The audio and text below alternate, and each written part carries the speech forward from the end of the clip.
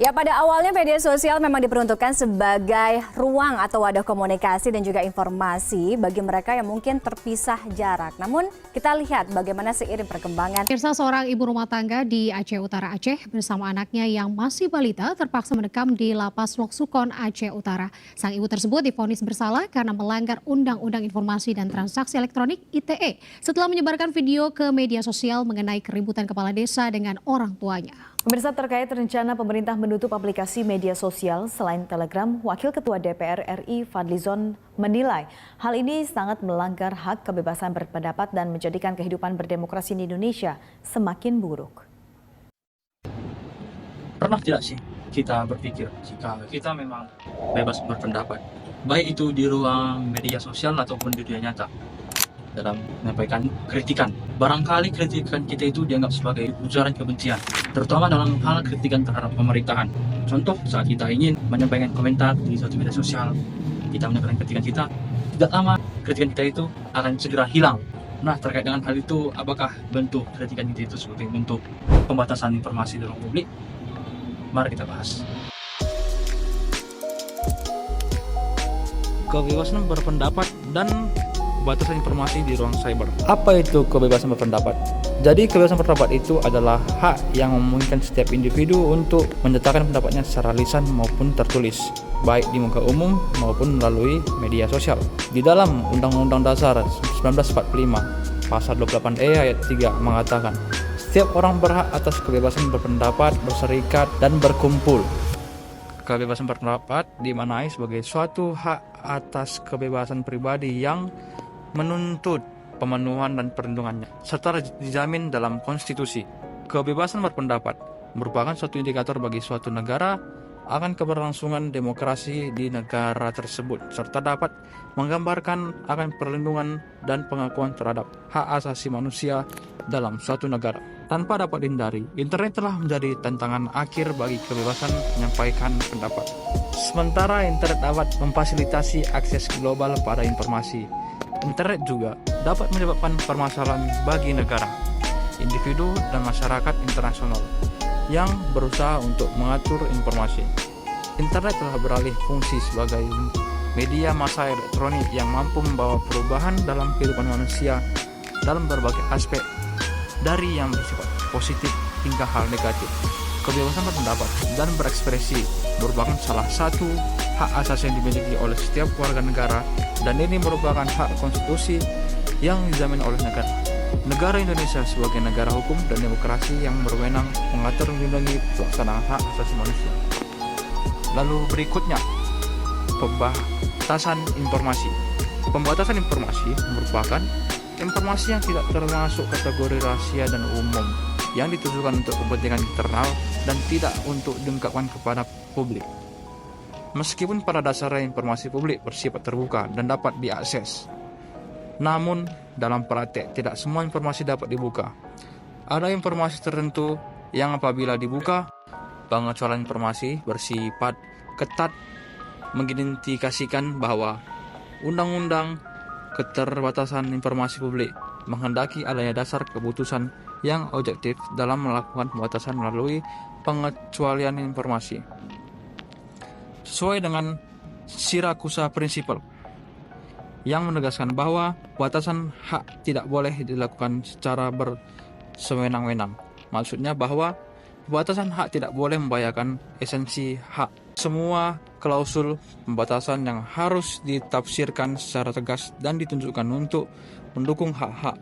Semua pembatasan harus ditafsirkan secara jelas dan dalam konteks hak-hak tertentu yang terkait. Kebebasan berpendapat adalah salah satu hak fundamental yang diakui sebagai bagian dari hak asasi manusia. Hal ini dijamin secara global melalui Konvensi Hak Sipil dan Politik yang telah diratifikasi oleh Indonesia melalui Undang-Undang Nomor 12 Tahun 2005. Namun kebebasan ini tidak berdiri sendiri, ada kewajiban yang menyertainya. Setiap orang yang menggunakan hak ini harus tetap menghormati hak-hak orang lain.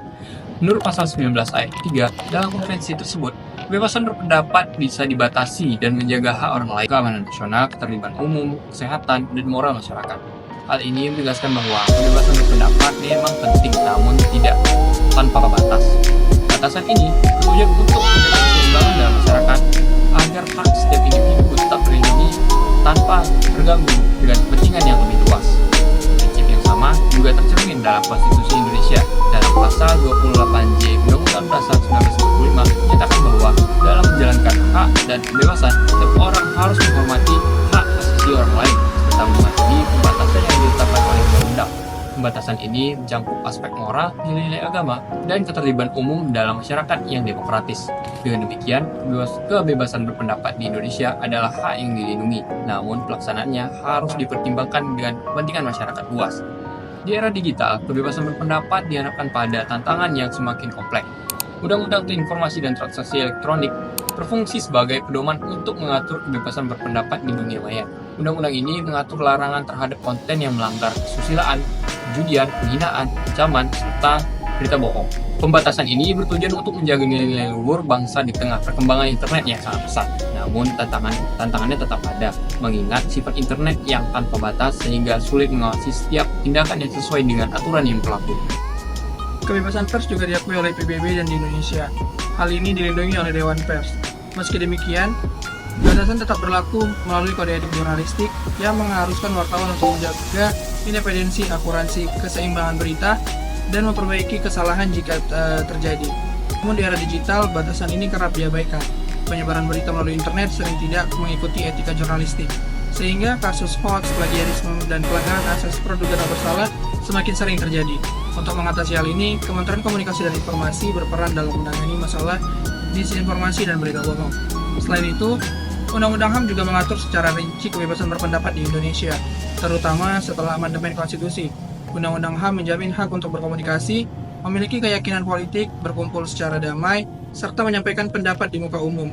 Namun dengan tetap mempertimbangkan batasan moral, nilai agama, dan kepentingan umum.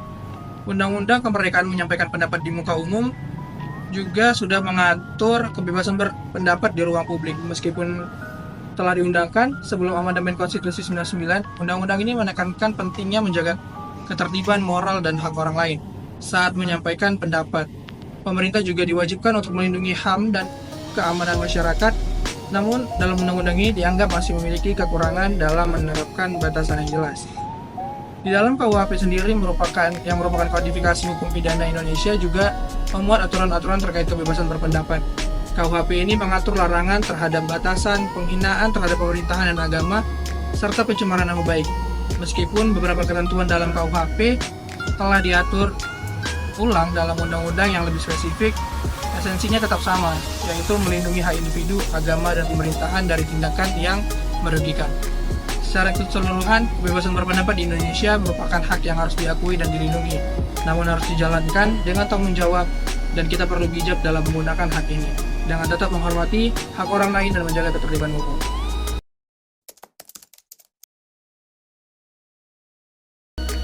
Media sosial dapat berpengaruh terhadap kebebasan berpendapat dalam beberapa hal, yaitu sebagai berikut. 1. Pengaruh kebebasan memungkinkan setiap individu untuk menyuarakan pendapatnya tanpa ada sensor. 2. Pengaruh kebebasan memperkuat partisipasi demokratis. 3. Pengaruh kebebasan memungkinkan penghakiman sepihak. 4. Pengaruh kebebasan mendorong gerakan sosial dan kesadaran publik. Media sosial dapat membatasi informasi melalui beberapa hal, yaitu sebagai berikut. Di antaranya 1. Sensor konten oleh platform. 2. Filter double and agreement. 3. Tekanan pemerintah. 4. Batasan berpendapat. 5. Peraturan perundang-undangan.